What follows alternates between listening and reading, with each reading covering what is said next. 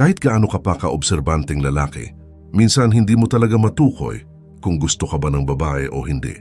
Kasi iba magmahal ang babae hindi laging bulgar, hindi laging deretsahan, pero sa likod ng katahimikan may senyales at kung matuto kang basahin ito, mapapalapit ka sa katotohanan. Kaya sa video na ito, ibubunyag natin ang 5 senyales na gusto ka ng babae, kahit hindi niya inaamin.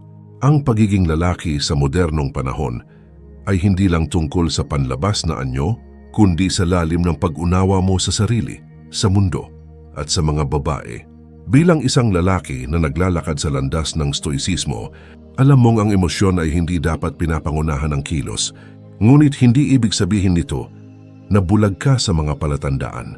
Kung gusto ka ng isang babae, hindi niya laging sasabihin ito. Hindi niya laging aaminin, pero ang katawan niya, ang mga kilos niya at ang kanyang subconscious nagsasabi ng totoo. Ang babaeng may pagtingin sa'yo ay may mga senyales at kung ikaw ay may sapat na kamalayang pansarili, mararamdaman mo ito. Hindi mo kailangang tanungin siya, hindi mo kailangang manghula. Ang kailangan mo lang ay magmasid at maghintay.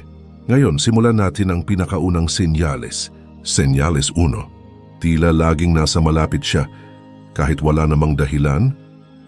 Sa mundo ng mga babae, bihira ang pagkakataong lumalapit sila sa isang lalaki ng walang dahilan. Kaya kung napapansin mong tila, laging nandyan siya sa paligid mo, sa lugar na madalas mong puntahan, o kahit sa mga simpleng pagkakataon sa social media, may posibilidad na hindi ito aksidente. Hindi niya sasabihin ito, pero isipin niya baka makita ko siya. Ito ang silent longing. Ito ang tinatawag na strategic proximity. Kapag gusto ka ng babae, gagawa siya ng mga coincidences. Makikita mo siya sa hallway, sa kainan, sa gym, o sa comment section ng mga posts mo. Wala siyang sinasabi, pero siya ay naroon. Bakit ito senyales ng interest? Dahil hindi gagastusin ng isang babae ang kanyang oras at presence kung hindi niya ito pinahahalagahan. Tandaan mo, ang oras at atensyon ng babae ay para lamang sa taong nagbibigay sa kanya ng kilig o koneksyon. Kapag siya'y laging nariyan, baka inaasam niyang mapansin mo siya. Hindi mo kailangang maging mabilis mag-react. Sa halip, obserbahan mo. Huwag kang agad mahulog sa ideya na gusto ka lang niya. Tanungin mo muna ang sarili mo. Anong ginagawa niya dito? At anong pattern ang makikita ko sa kanyang kilos? Ang tunay na lalaki ay hindi basta-basta kumikilos sa emosyon. Pinagmamasdan muna niya ang galaw ng mundo bago siya sumabay dito. Senyales 2. Maliit na bagay, malaking reaksyon. Kapag lahat ng sabi mo may epekto sa kanya, minsan may mga bagay kang binabanggit na simpleng joke lang, pero napapansin mong parang ibang level ang reaksyon niya. Tumatawa siya ng sobra kahit di naman sobrang nakakatawa. O kaya naman, konting banat mo lang, biglang tatahimik, magkakatinginan kayo. At parang may mabigat na meaning sa mata niya. Bakit ganito? Kasi kapag gusto ka ng babae, hypersensitive siya sa bawat sinasabi mo.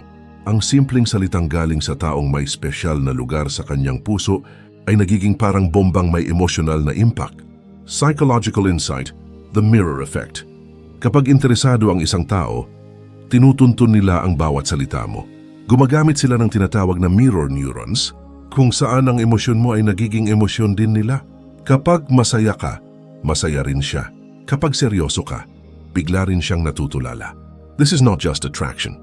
This is emotional synchronization.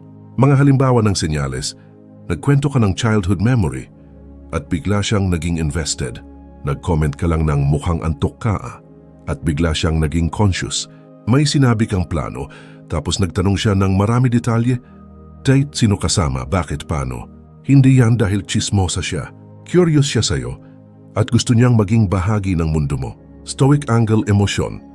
Bilang reflection, hindi kumpirmasyon. Ang lalaking matatag sa sarili ay hindi agad nagpapadala sa emosyon ng iba, pero ginagamit niya ito bilang window sa katotohanan.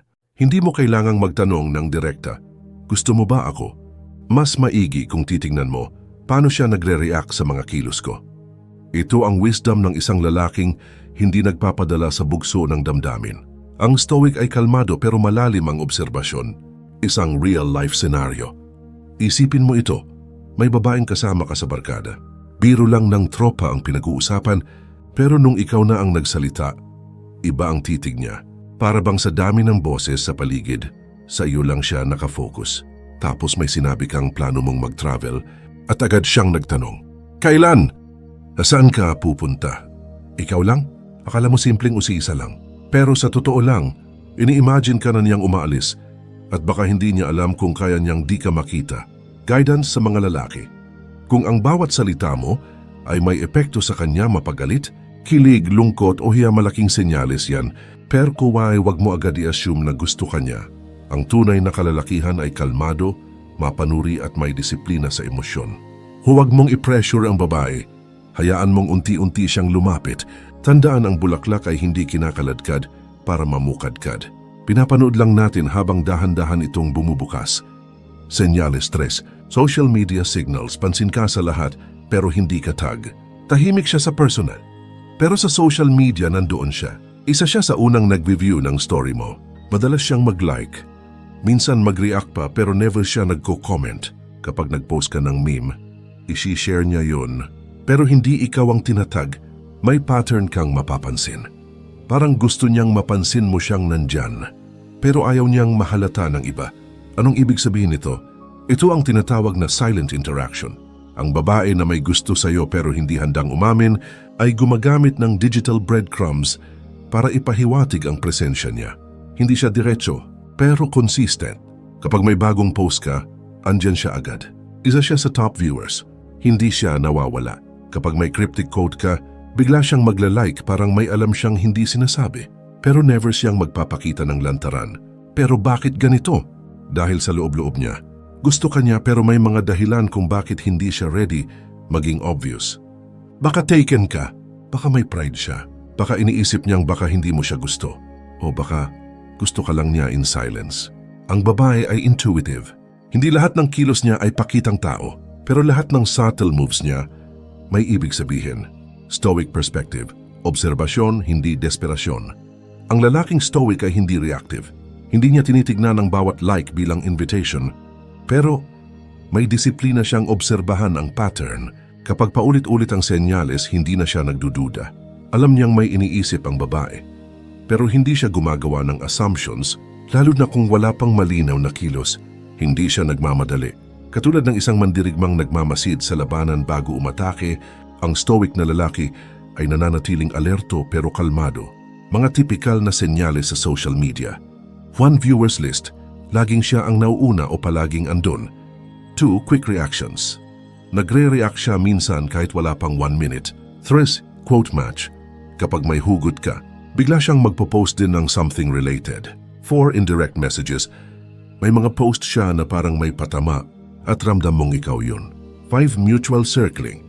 Pareho kayong di nag-uusap pero parang nagkakaintindihan online. Paalala sa kalalakihan, kung ang babae ay consistent sa ganitong kilos, malaki ang tsansa na may nararamdaman siya. Pero kung ikaw ay tunay na grounded, hindi mo ito gagamitin para mag-take advantage.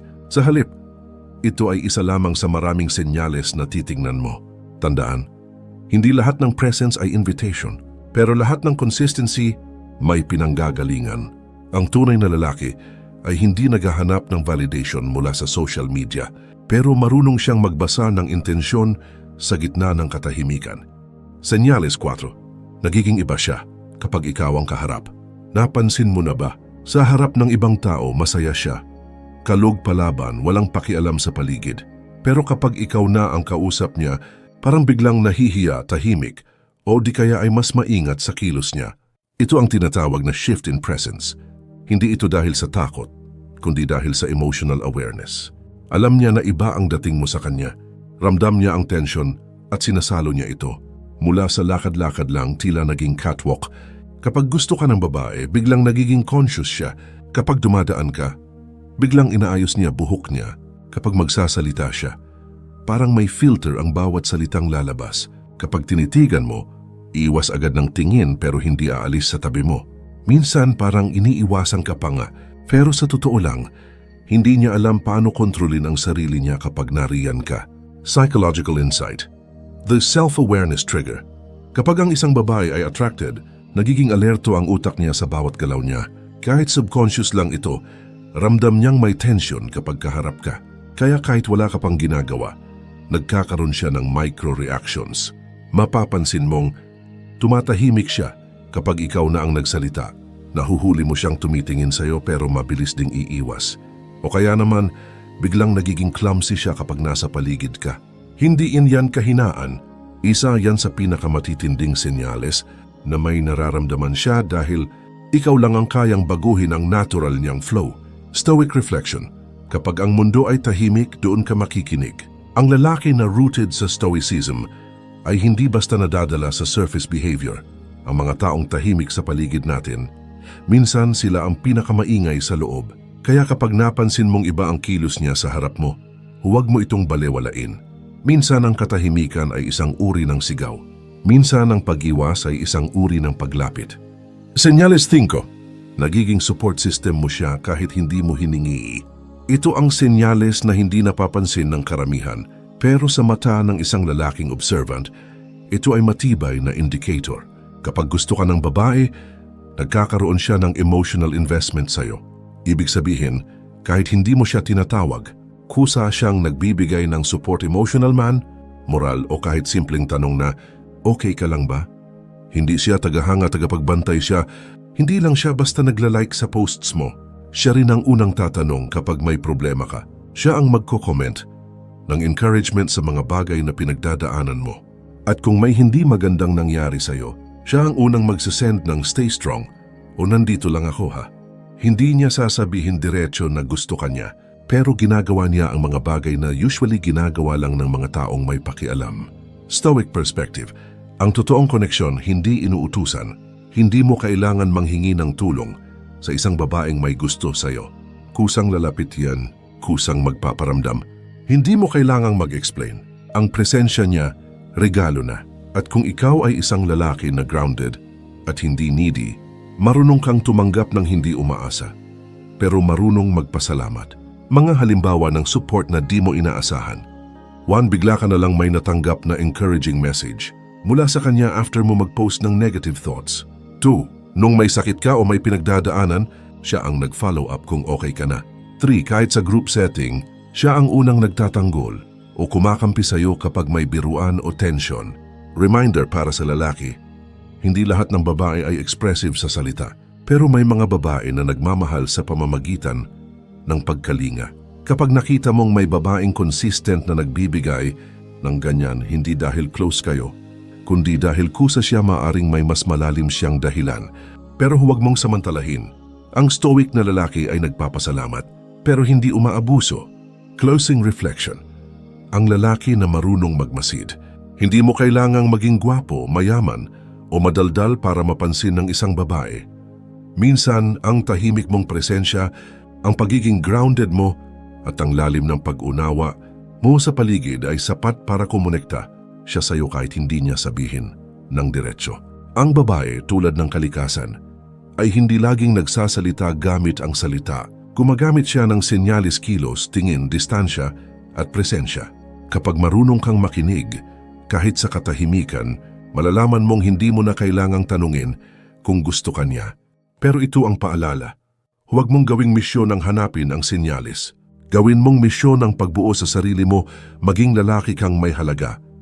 Hindi dahil hinahanap mo ang pagmamahal ng iba, kundi dahil mahalaga ka kahit walang nakakakita. Kaya kung sa palagay mo ay may babae sa buhay mo na nagpapakita ng ganitong mga kilos, tanungin mo ang sarili mo. Handa ba akong mahalin hindi dahil kailangan ko, kundi dahil ako'y buo na? Kasi ang tunay na lalaki, ang stoic na kalmado pero matatag, ay hindi naghahanap ng atensyon. Pero kung ito'y ibinibigay, marunong siyang pahalagahan ito. Kung may natutunan ka sa video na ito, huwag kalimutang i-like, i-share at i-subscribe ang channel. Marami pa tayong pag-uusapan tungkol sa stoicism, pagkatao at ang misteryong likas sa babae. At kung may senyalis kang naranasan na gusto mong i-share, comment mo lang sa baba. Malay mo, may ibang viewers din na nakaranas nun. At tandaan mo, ang tunay na lalaking may halaga, hindi hinahabol. Pinag-aaralan, pinagmamasdan at kapag nakita, hindi basta binibitawan. Maraming salamat at magkita tayo sa susunod na video.